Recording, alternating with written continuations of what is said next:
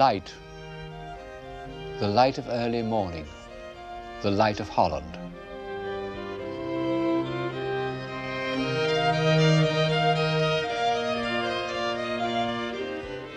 It spreads over the flat fields, it's reflected in the canals, and it picks out distant towers and spires. This was the inspiration of the first great school of landscape, one might almost say skyscape painting.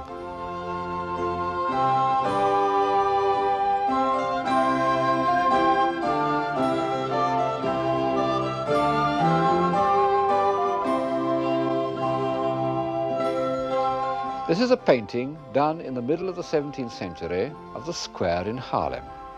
You can see it's an old painting because of the clothes the people are wearing, but I can walk into this picture, or rather, into the square.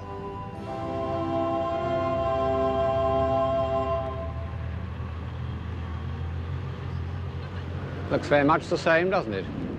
Before the 17th century, the idea that one could walk into a picture in this way would have been almost unthinkable. Seems quite natural to us, and no doubt seemed natural when it was painted. But like so many things we take for granted, it goes back to a revolutionary change in thought. The revolution in which divine authority was replaced by experience, experiment, and observation. I'm in Holland not only because Dutch painting is a visible expression of this change of mind, but because Holland, economically and intellectually, was the first country to profit from the change. When one begins to ask the question, does it work, or even does it pay, instead of asking, is it God's will, one gets a new set of answers. And one of the first of them is this, that to try and suppress opinions which one doesn't share is much less profitable than to tolerate them. This conclusion should have been reached during the Reformation. It's permeated the writings of Erasmus, who of course was a Dutchman. Alas, a belief in divine authority of our own opinions afflicted the Protestants just as much as the Catholics. Even in Holland, they continued to burn and torture each other right up to the middle of the 17th century. And the Jews, who in Amsterdam were at last exempt from persecution by the Christians, the Jews began to persecute each other too. Still, when all this is said, the spirit of Holland in the early 17th century was remarkably tolerant. And one proof is that nearly all the great books which revolutionized thought were first printed in Holland. What sort of a society was it that allowed these intellectual time bombers to be set off in its midst? Inside this charming old almshouse at Haarlem, which is now a picture gallery, there's plenty of evidence.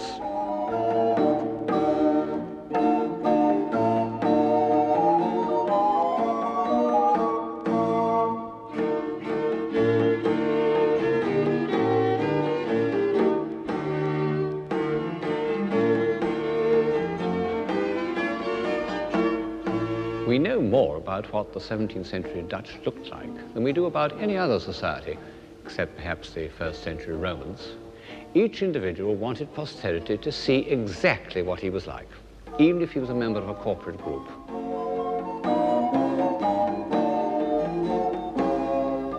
And the man who tells us all this most vividly, the man who painted these pictures, was the Haarlem painter Frans Hals. He's the supreme extrovert. I used to find his works, all except the last, revoltingly cheerful and odiously skillful. Now I love their unthinking conviviality, and I value skill more highly than I did. But I'll admit that his sitters don't look like representatives of a new philosophy. But out of these all too numerous group portraits of early 17th century Holland, something does emerge which has a bearing on civilization.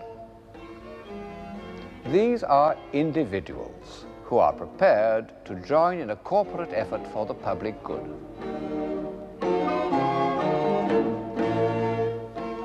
One can't imagine groups like this being painted in 17th century Italy, even in Venice. They're the first visual evidence of bourgeois democracy. Dreadful words, so debased by propaganda that I hesitate to use them. And yet, in the context of civilization, they really have a meaning. They mean that a group of individuals can come together and take corporate responsibility, that they can afford to do so because they have some leisure, and that they have some leisure because they have money in the bank. This is the society which you see in the portrait groups. They might be meetings of local government committees or hospital governors today. They represent the practical, social application of the philosophy that things must be made to work.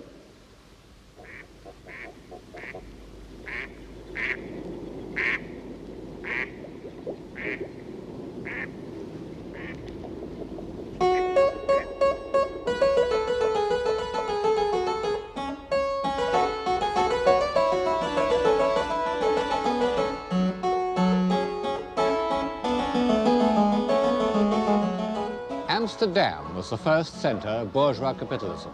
It had become, since the decline of Antwerp, the great international port of the north and the chief banking centre of Europe.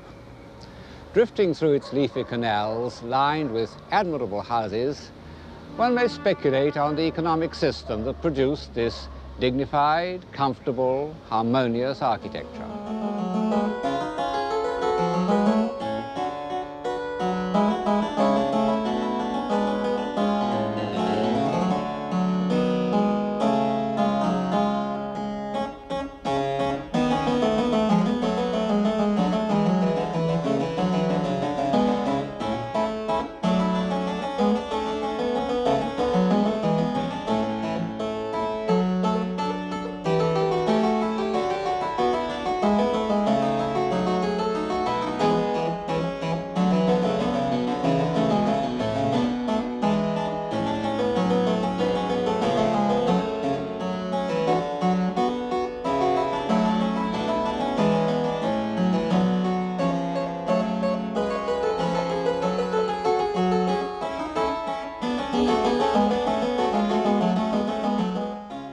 I don't say much about economics in this program, chiefly because I don't understand them, and perhaps for that reason believe that their importance has been overrated by post-Marxist historians.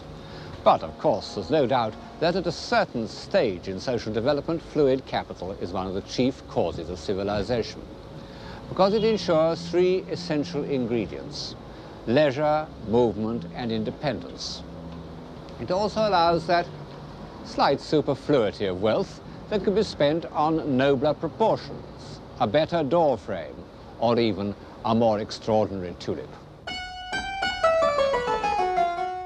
Please allow me 2 minutes digression on the subject of tulips, because it really is rather touching that the first classic example of boom and slump in capitalist economy should have been not sugar, nor railways, nor oil, but tulips. It shows how the 17th century Dutch combined their two chief enthusiasms, scientific investigation and visual delight. The first tulip had been imported from Turkey in the 16th century, but it was a professor of botany at Leiden, the first botanic garden of the north, who discovered its attribute of unpredictable variation, which made it such an exciting gamble.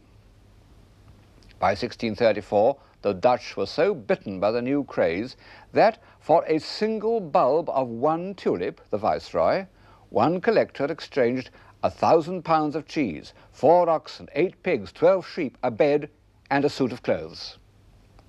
When the bottom fell out of the tulip market in 1637, the Dutch economy was shaken.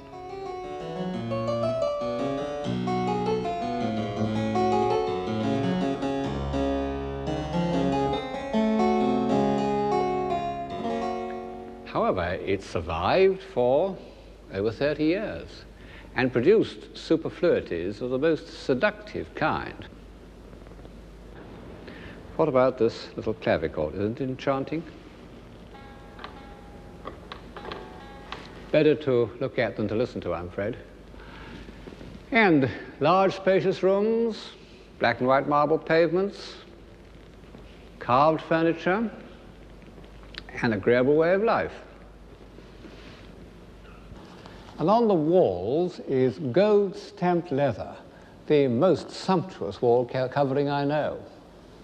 Unfortunately, this kind of visual self-indulgence very soon leads to ostentation, And this, in bourgeois democracy, means vulgarity. One can see this happening in Holland in the work of a single painter, Pt8. In 1660, he was painting these beautiful pictures of clean, simple interiors. 10 years later, they were very elaborate, hung with gold Spanish leather. The people are richer, and the pictures are less beautiful. Bourgeois capitalism led to a defensive smugness and sentimentality. No wonder that early Victorian painters imitated pictures of this kind. Every picture tells a story. It was a Dutch invention. This one is called A Visit to the Nursery. In addition to trivial anecdotes, the philosophy of observation involved a demand for realism in the most literal sense. In the early 19th century, Paul Potter's bull was one of the most famous pictures in Holland. It's one of the first pictures that Napoleon wanted to steal for the Louvre. It's fallen out of favor now, but I must say I do find it absolutely fascinating. There are many ways of achieving reality, and this simple-hearted, laborious way that Potter has followed does seem to me to achieve something which couldn't be done in any other way. Isn't that fleecy neck of the sheep extraordinary? And look at those wild flowers. Above all, look at the cow's eye. The intensity with which Potter has looked at its forehead, at its strong hair and wet nose, is obsessive, what we've come to call surrealist. Of course, it's a young man's picture. It has the intensity of the early pre-Raphaelites, and indeed there is something almost nightmarish in the way that the young bull dominates the beautifully painted landscape in the distance.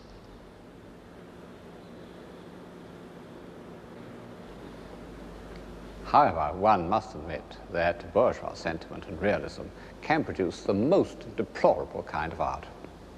And the determinist historian, reviewing the social conditions of 17th century Holland, would say that this was the kind of painting the Dutch were bound to get. But they also got Rembrandt. Rembrandt was a great poet of that need for truth and that appeal to experience which had begun with the Reformation, had produced the first translations of the Bible, but had had to wait almost a century for visible expression. At first, truth meant realism. Behind me is his earliest self-portrait. Yes, that is the same man that you saw just now.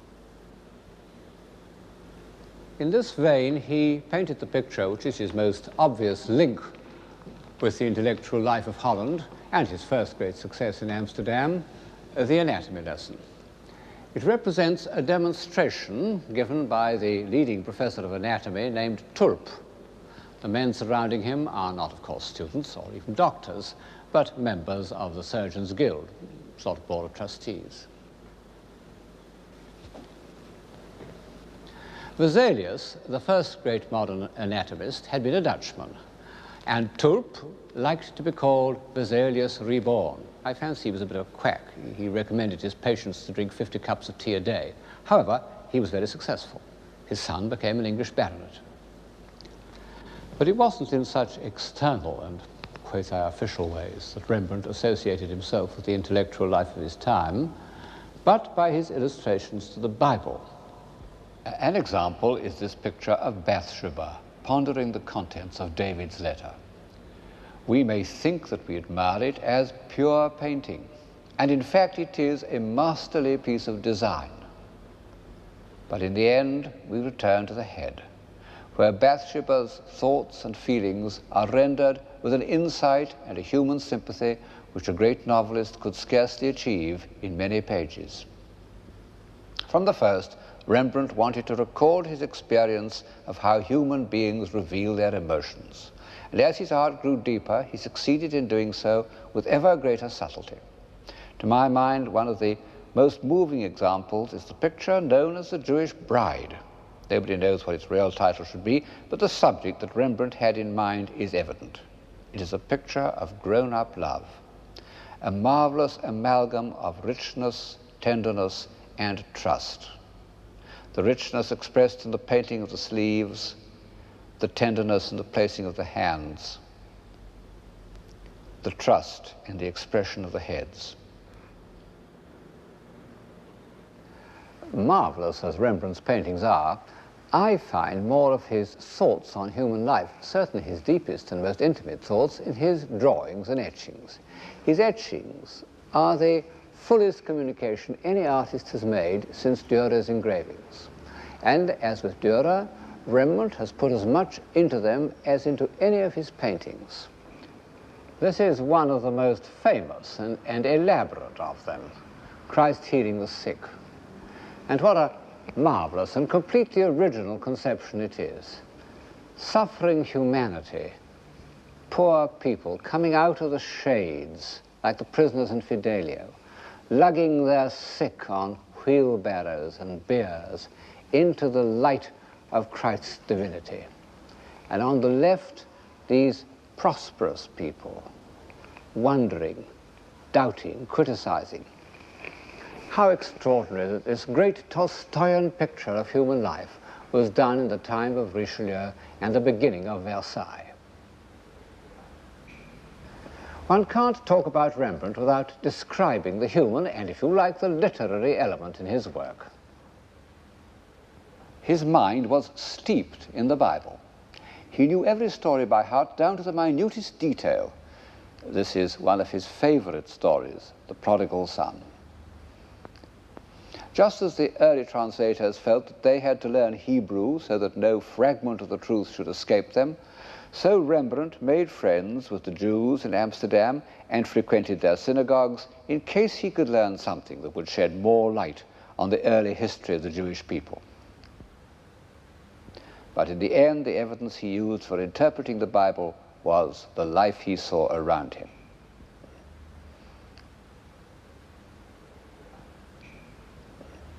In his drawings and etchings, one often doesn't know if he is recording an observation or illustrating the scriptures. So much had the two experiences grown together in his mind. Did Rembrandt wish to illustrate St. Peter at prayer before the raising of Tabitha, or had he seen a pious old neighbor whose attitude of devotion touched his heart and reminded him of the Acts of the Apostles? Sometimes his interpretation of human life in Christian terms leads him to depict subjects that hardly exist in the Bible, but that he felt convinced must have existed.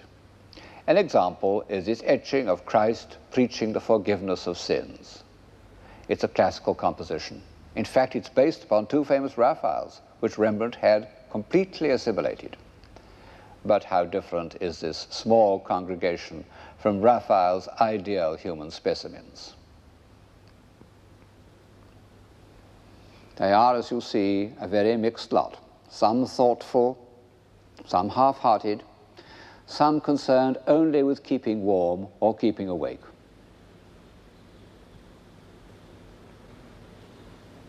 And the child in the foreground, to whom the doctrine of the remission of sins is of no interest, is concentrating upon drawing in the dust.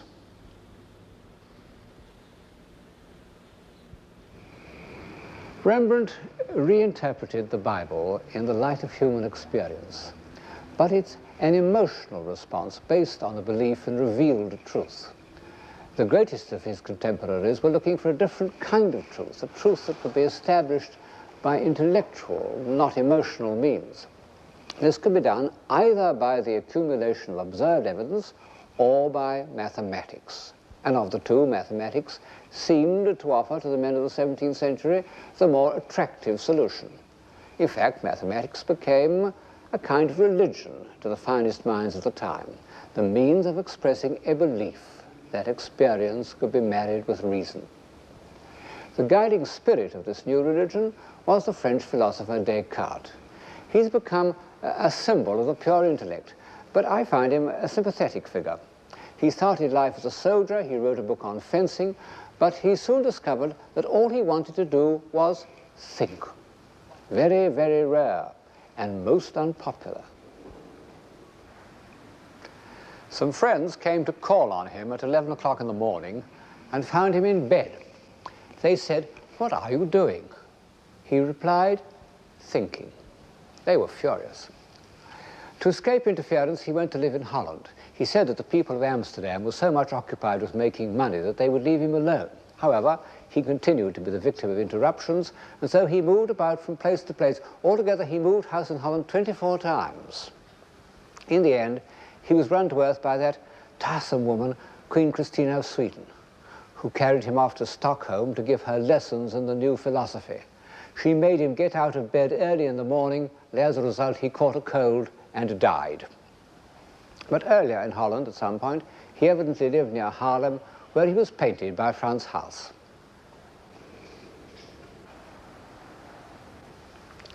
He examined everything rather as Leonardo da Vinci had done: the fetus, the refraction of light, whirlpools, all the Leonardo subjects. These are the original illustrations of Descartes' ideas. He thought that all matter consisted of whirlpools, with an outer ring of large curving vortices and an inner core of small globules sucked into the center. And whatever he meant by this, and perhaps he was only thinking of Plato, it's odd that he should have described exactly Leonardo's drawings of whirlpools, which I suppose he had never seen.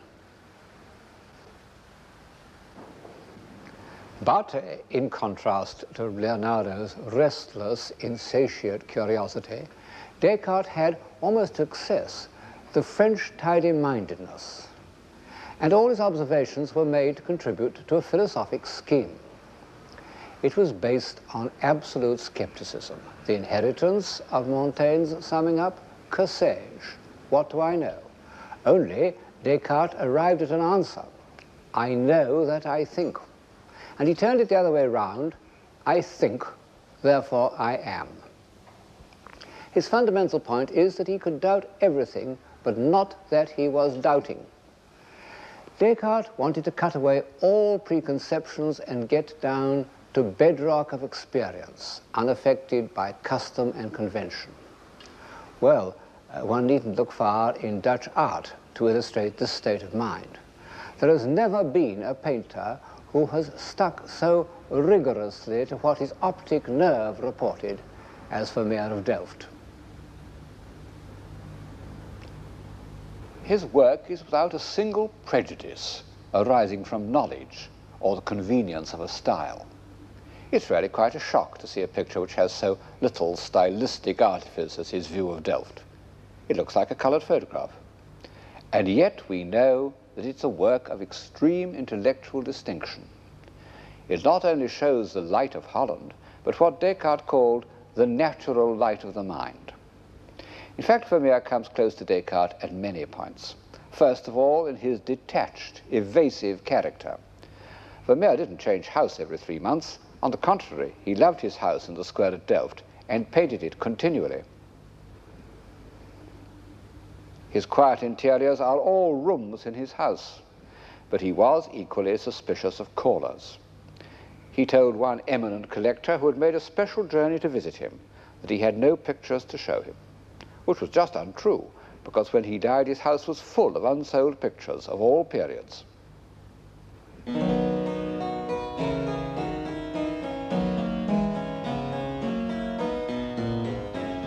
All that he wanted was tranquility in order to enjoy fine discrimination.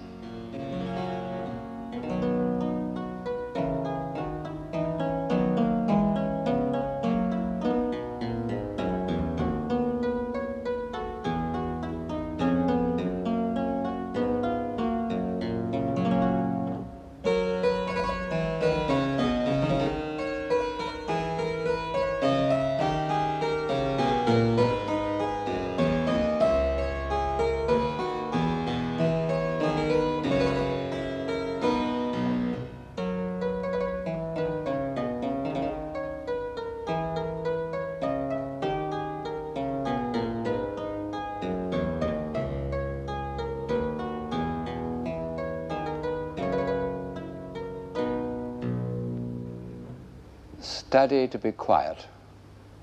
10 years before this picture was painted, Isaac Walton had inscribed these words on the title page of The Complete Angler. And in the same period, two religious sects had come into being, Quietism and the Quakers. As far as I know, the first painter to feel Descartes' need to tidy up sensations by the use of reason was Peter Sanrodam, the scrupulous master of church interiors. He did drawings from nature in the 1630s and often kept them for 10 or 15 years until he could give them the stillness and finality which make them ideal meeting places for the society of friends. The precision with which he places each accent, those dark heads, for example, reminds one of Seurat.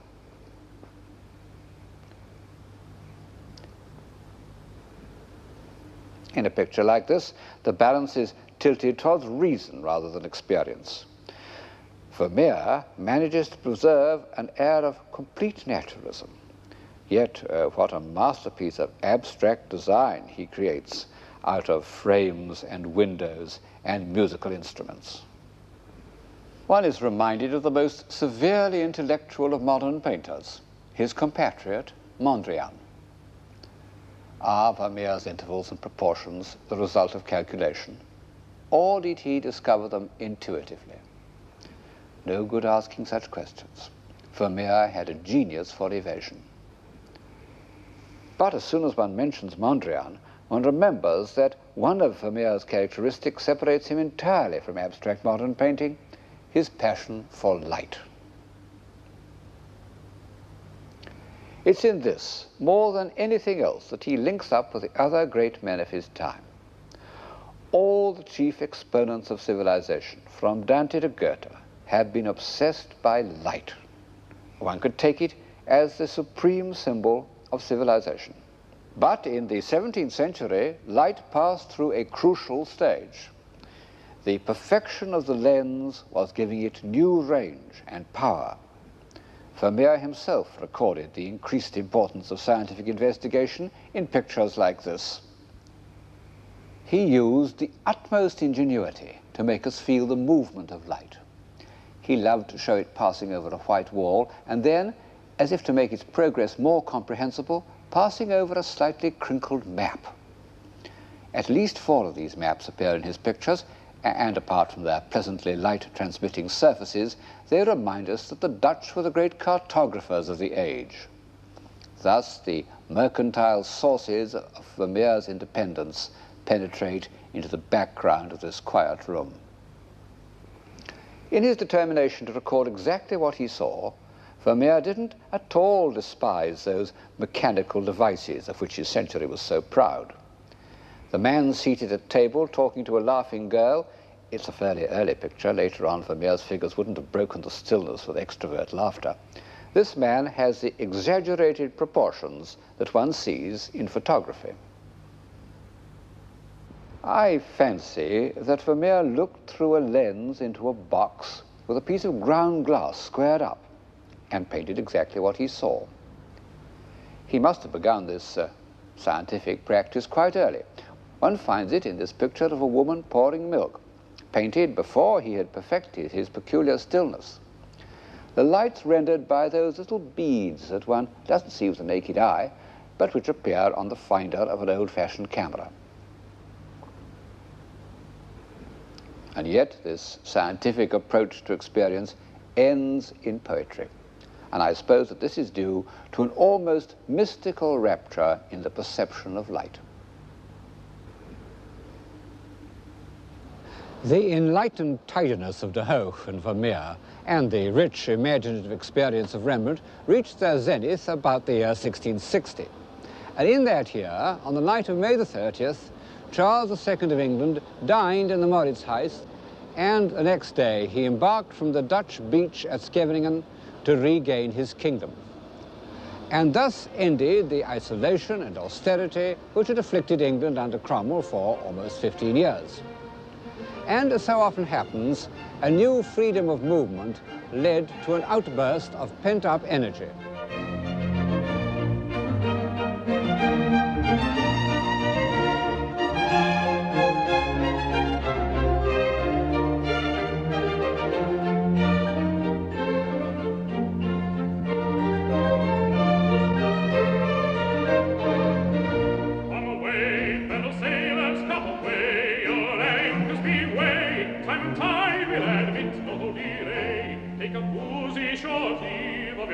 winds on the shore, and silence their mourning with vows of returning, but never intending to visit them more.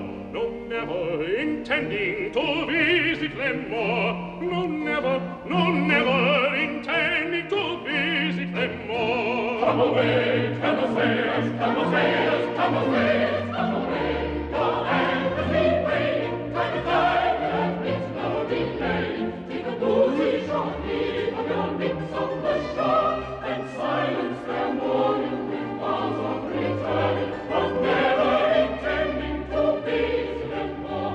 No, never intending to visit them more. No, never intending to visit them more. There are usually men of genius waiting for these moments of expansion, like ships waiting for a breeze. And on this occasion there was in England the brilliant group of natural philosophers who were to form the Royal Society. Christopher Wren, the young geometer who at that date was a professor of astronomy. Robert Boyle, who used always to be described as the son of the Earl of Cork and the father of chemistry. Halley, the discoverer of comets. And towering above all these remarkable scientists was Newton, one of the 3 or 4 Englishmen whose fame has transcended all national boundaries.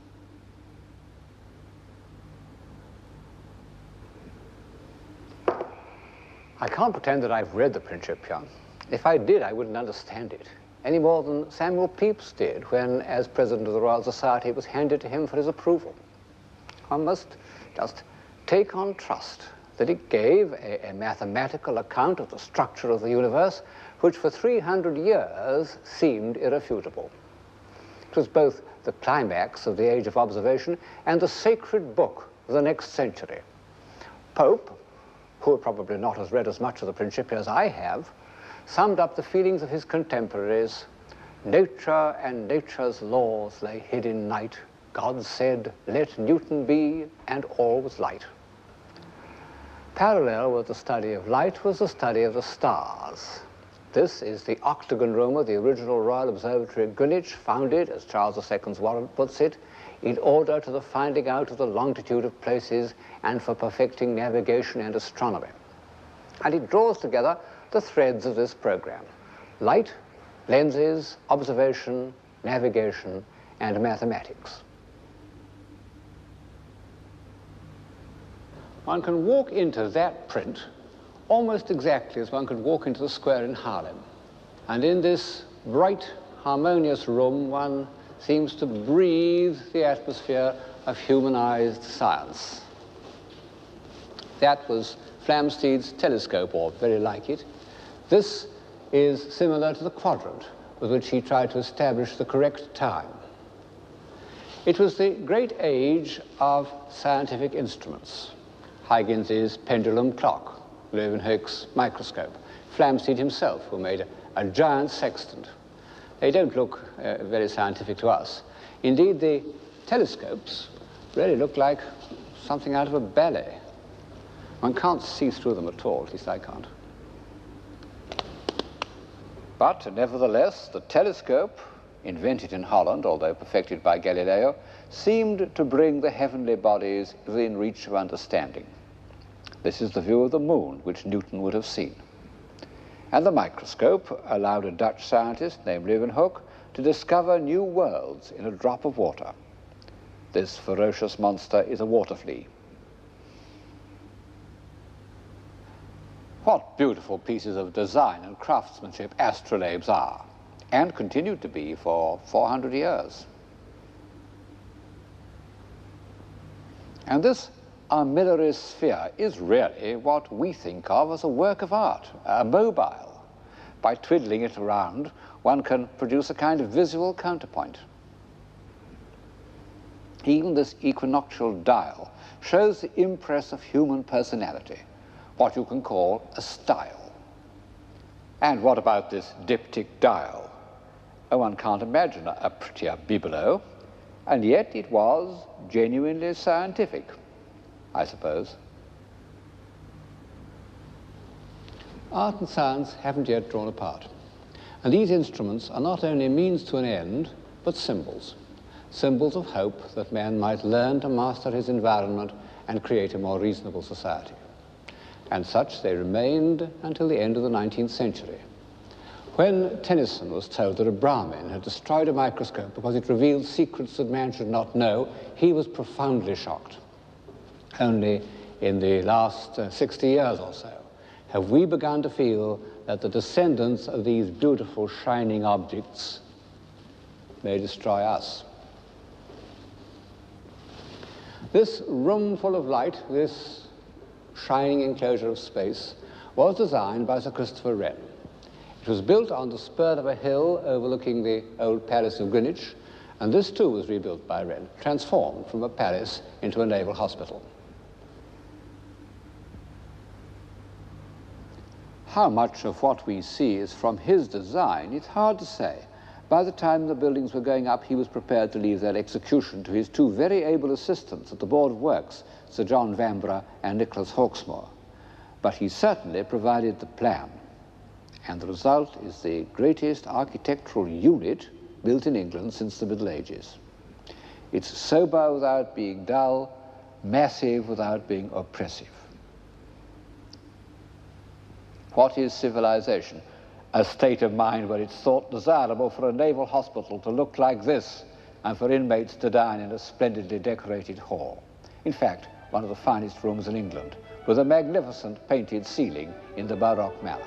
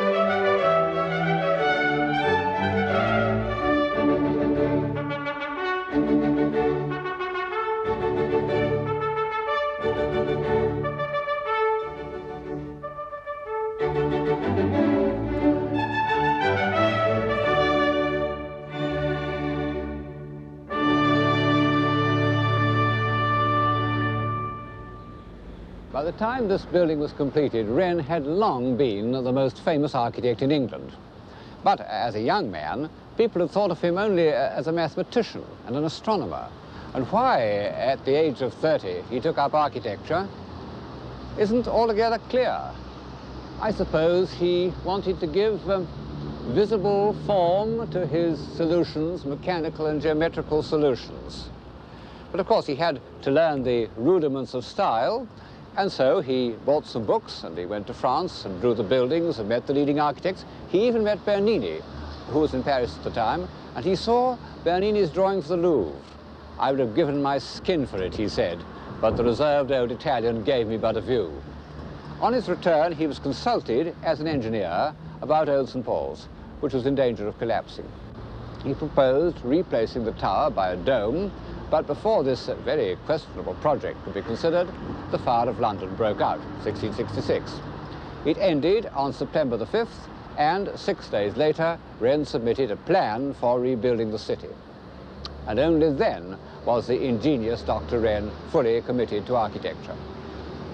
Ingenious is the word for the results that followed, the 30 new city churches. Each is the solution of a different problem, and Wren's powers of invention never failed. But when he came to the crown and center of the whole scheme, the new St. Paul's, then he revealed something more than ingenuity.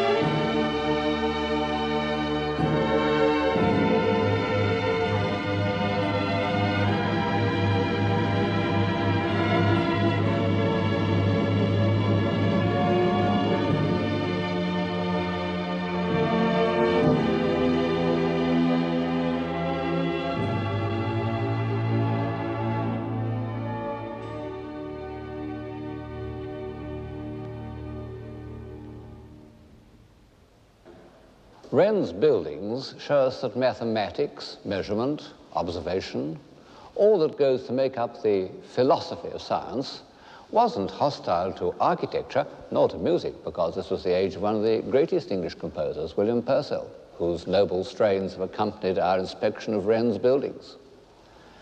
But what was the effect of the scientific attitude on poetry? Well, at first, I think it was harmless, even beneficial. When Vaughan wrote, "I saw eternity the other night, like a great ring of pure and endless light, all calm as it was bright," he was giving poetic expression to the same impulse that induced Flamsteed to look through his telescope. I don't suppose that all the members of the Royal Society were completely hostile to the imagination. After all, most of them remained professing Christians. In fact, Newton spent, we would say wasted, a lot of his time on biblical studies. And they continued to use a celestial globe in which the constellations were grouped in the form of men and animals. They continued to accept the kind of personifications that one gets on the ceiling of the painted hall, on which gods and goddesses associate with Flamsteed, the Astronomer Royal.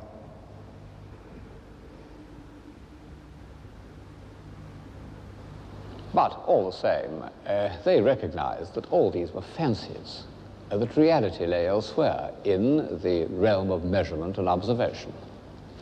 A rather ridiculous character called Spratt, who wrote a history of the Royal Society, published the same year as Milton's Paradise Lost, said, "Poetry is the parent of superstition." And so began that division between scientific truth and the imagination, which was to kill poetic drama and give a slight feeling of artificiality to all poetry during the next 100 years. However, there was a compensation, the emergence of a clear, workable prose. It was a tool of the new philosophy, almost as much as Stevens's decimal system was a tool of the new mathematics. And this was particularly true of France. For about 300 years, French prose was the form in which the European intelligence shaped and communicated its thoughts about history, diplomacy, definition, criticism, human relationships, everything really, except metaphysics. It's arguable that the non-existence of a clear, concrete German prose has been one of the chief disasters of European civilization. There's no doubt that in its first glorious century, the appeal to experience achieved a triumph for the Western mind. Between Descartes and Newton, Western man created those instruments of thought that set him apart from the other peoples of the world. And if you look at the average 19th century historian, a man like Buckle, you'll find that to him, European civilization seems almost to begin with this achievement. The strange thing is that none of these writers, except perhaps Ruskin, seem to notice that the triumph of rational philosophy had resulted in a new form of barbarism. If I look beyond the order of Wren's Naval Hospital, I see stretching as far as the eye can reach the squalid disorder of industrial society. It's grown up as a result of the same conditions that allowed the Dutch to build their beautiful towns and support their painters and print the works of philosophers. Fluid capital, a free economy, a flow of exports and imports, and its lack of interference, a belief in cause and effect. Well, every civilization seems to have its nemesis, not only because the first bright impulses become tarnished by greed and laziness, but because of unpredictables. And in this case, the unpredictable was the growth of population. The greedy became greedier, the ignorant lost touch with traditional skills, and the light of experience narrowed its beam so that a grand design like Greenwich became simply a waste of money.